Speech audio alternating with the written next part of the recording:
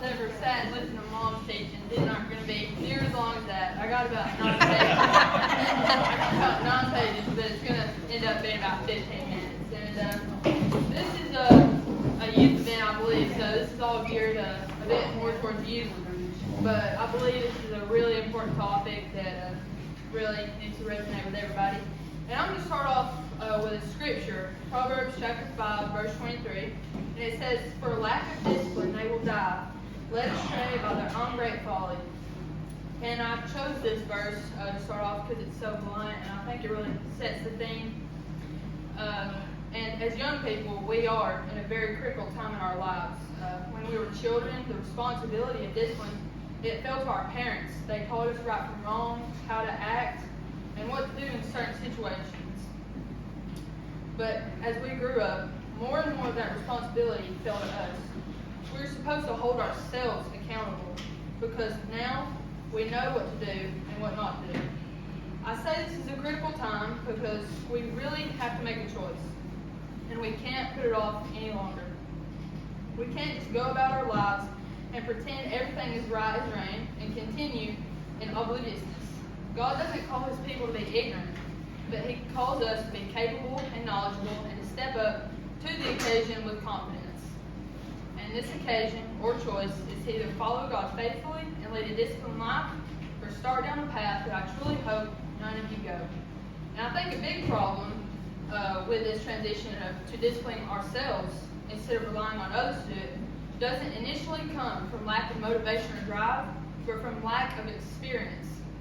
And I feel like as young people, we really want, we want to be good, and we want to discipline ourselves, but we might not know how. And the other aspect of it is that it's not fun to be disciplined, simply because we are denying the flesh its every want and desire. So we get lazy and simply refuse to put forth any effort to become more disciplined. We get comfortable, and being comfortable breeds complacency. The devil will give us a false sense of security, like everything is fine, as it is in the moment. We start to slip up on our goals, and our drive to challenge ourselves just plummets. This is why the Bible commands us to be watchful and careful, so much so that throughout the whole book of Proverbs, it keeps repeating to be careful of everything you do. And we should be extremely careful because the flesh will take advantage of every single opportunity it can get to serve itself. We are evil creatures. We were born into evil, and it is hard to fight your flesh's will. We want to give into the easy things and so-called comfortable things, but we are giving up future peace for present comforts that are fleeting in the end. In Mark chapter 7, verse 20 through 23, it writes, "What comes out of a person is what defiles him. For it is from within, out of a person's heart, that evil thoughts come: sexual immorality, theft, murder, adultery, greed, malice, deceit, lewdness, envy, slander, arrogance, and folly. All these come from inside and defile a person." I will say this, and I mean it with all my heart: if you don't discipline yourselves through God, you will be miserable. And I emphasize through God because a lot of times people think they have to fix themselves first before they can come to God. And I can't begin to tell you how wrong that is. That was a big mistake on my part that really held me back in the beginning. And in fact, the reason I am teaching this right now is because it's been what I've struggled with the most for the last 2 years, pretty much. Almost all my life, I've tried to discipline myself over and over again, failing each time. I kept telling myself that there was something in me that would make it work. I would do what I said I was going to do. I was going to achieve the goals I said I was going to achieve. However, 95% of the time or more, I messed up. I was pursuing control over my life. I was trying to rule myself. This never worked, obviously, because I was without God, and I couldn't submit my will to something that wasn't perfect to begin with, since that would only lead to corruption. The very thing I was trying to submit my will to, which was myself, was already severely flawed. God's will, on the other hand, is perfect. His ways are perfect.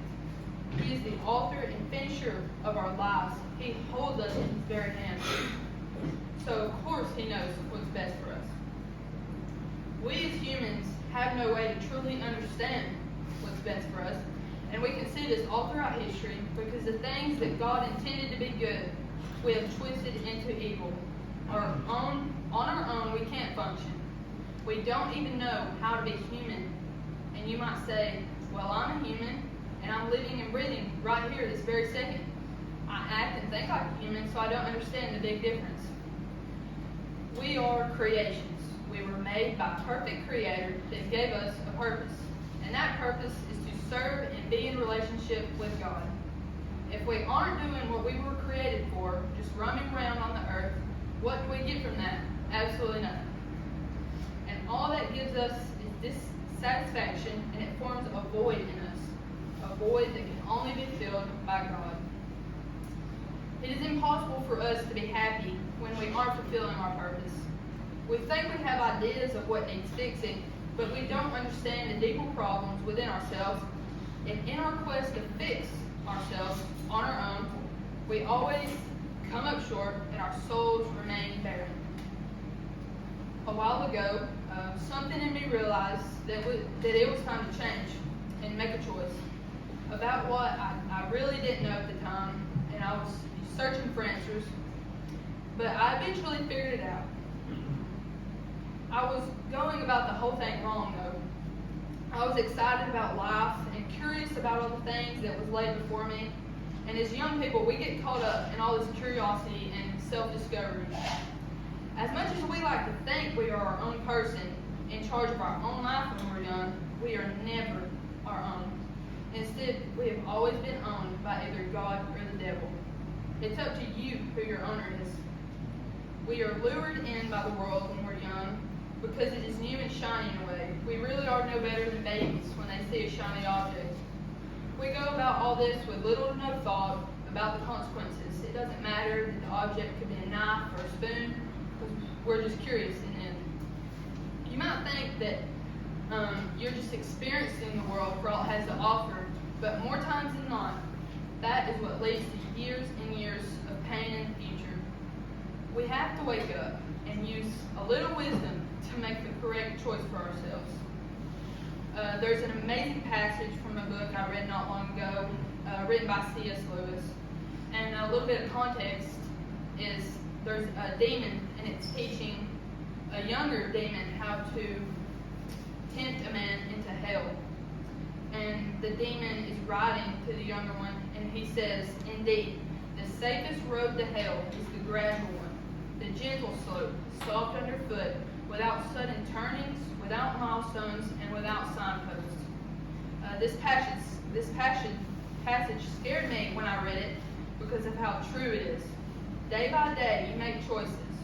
Some you don't even realize, and those choices become who you are.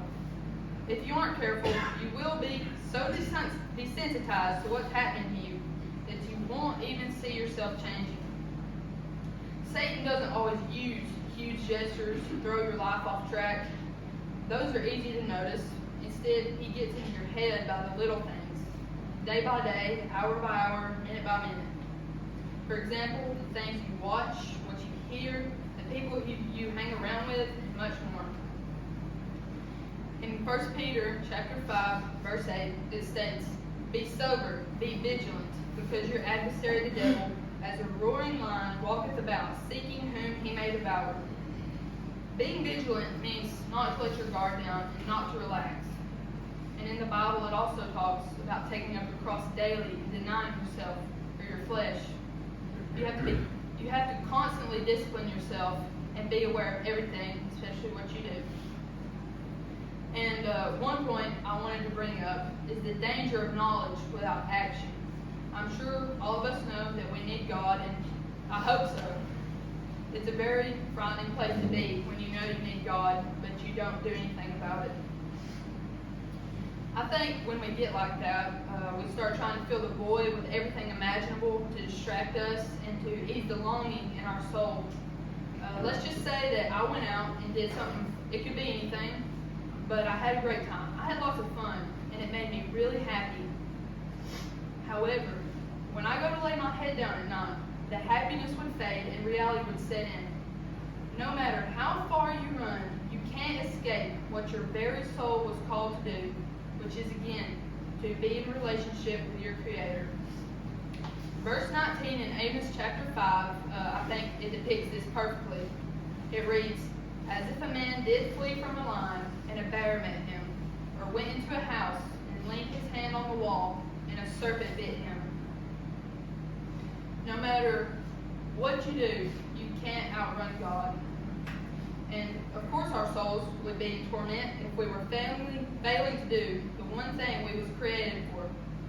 We would be like little children who got lost from our parents, not knowing which direction to go or not knowing how to care for ourselves. Because in reality, we don't know what's best for us. We can't even begin to imagine. But if we do try and think hard, we can imagine ourselves as a living house. God comes in to rebuild that house. At first, perhaps you can understand what He's doing. He's getting the drains right and stopping the leaks in the roof and so on. You knew those jobs needed doing, and so you're not surprised.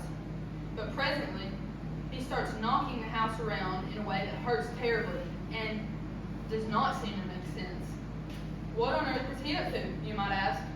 The explanation is that He is building quite a different house from the one you thought of.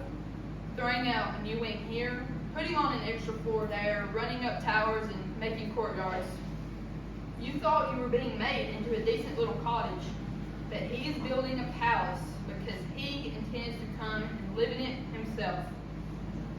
When we refuse to be improved and given to our most immediate desires, for example, sleep, food, quick emotions, lust, we are catering to our most basic form of thinking. So basic even, that every single animal on this planet thinks like that. We are failing to reach beyond, and we fail to see the bigger picture. If we keep down that path, we would be trading our very life for a bit of comfort and pleasure now. I think this scripture goes perfectly with this lesson, and it also happens to be my favorite scripture. In 1 Corinthians chapter 9, verses 24 through 27, it reads, "Do you not know that in a race all runners run, but only one gets the prize? Run in such a way as to get the prize. Everyone who competes in the games goes into strict training. They do it to get a crown that will not last, but we do it to get a crown that will last forever. Therefore, I do not run like someone running aimlessly. I do not fight like a boxer beating the air. No, I strike a blow to my body, and I make it my slave, so that after I have preached to others, I myself will not be disqualified for the prize." We have to train ourselves in discipline, constantly observing what we are doing so that we can appear approved in front of God. The most joy I've ever had was during the times when I didn't give in to the desires of my flesh, but I focused my sights on God. The very act of doing that gave me a purpose and fulfillment in life. He supplies us with a home in Him and something worth fighting for. He gives back 100-fold, even if we don't understand it in the moment. And the world just takes and takes and takes until there's nothing left in you to take. You will end up a beaten down, empty shell of a person. You may be happy in the moment, but eventually it will catch up to you. You have to have joy to sustain you. After about 2 years of really fighting with myself, trying the best I could to find a solution to my stagnation, I finally wisened up and stopped trying to do everything on my own. I realized that every aspect of my life belonged to God. Even now I have to be reminded, and I still have problems from time to time, but those moments just remind me of how far I've come. One thing I can say about my past self is that I didn't give up, and now I can't imagine my life any other way. The joy I get from challenging myself and perfecting myself through God outshines anything the world could possibly give me. And to finish this up, I'll end with a scripture from Proverbs chapter 5, verses 10 through 11. It says, "At the end of your life you will groan, when your flesh and body are spent. You will say, 'How I hated discipline, how my heart spurned correction. I would not obey my teachers or turn my ear to instructors. and I was soon in serious trouble in the assembly of God's people. If you forget everything else I've said today, just remember to be wise, to be careful, and to be disciplined above all. It's now more important than ever because this world it's out to get you, and so is Satan. And that'll be the end of my little lesson.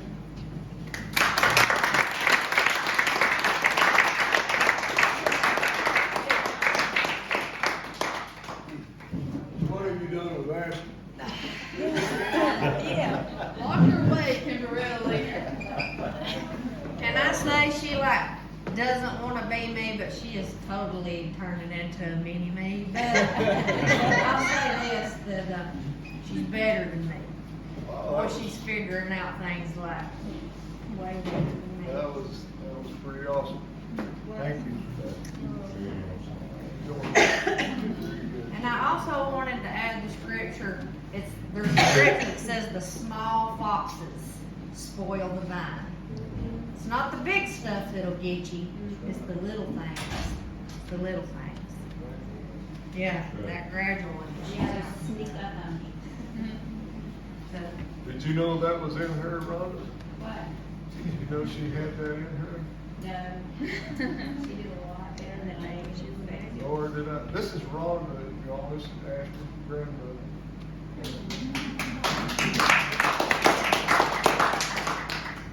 I'm her granddad.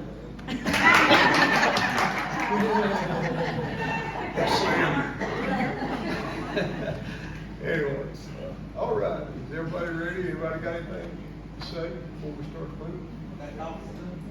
That coffee is done. It is done. Help yourself. I'm sorry, I forgot all about it. I was gonna see if Brother Allen had anything to add. He's such a good youth. I just want to say, yeah, I got about 5. No, I'm joking. I don't even think I could even add to that tonight. Obviously, Ashton, very, very well. Very well. I'm so proud of you. That was awesome. Very well put. And I'm excited to see what God's got for you in the future. And all I can say is, young people, take what she said to heart tonight. Take it. None of us, we don't like discipline. I never did. And when I was growing up, I never liked it. And if I'm honest, we still don't like it. And we still get disciplined from time to time, even today. No matter how old you get, there's still going to be discipline in your life. But as a young person tonight, listen to what she said, take it home, let it resonate on the inside of you. But Ashton, once again, good job. Thank you. Good. Sis Amy, you good? I'm all right. All right. Anybody else got anything? Sister Silver? There's nothing more I can say. Ashton said it all. That was very good. All right then, Brandon, if you'll start the movie for us, please.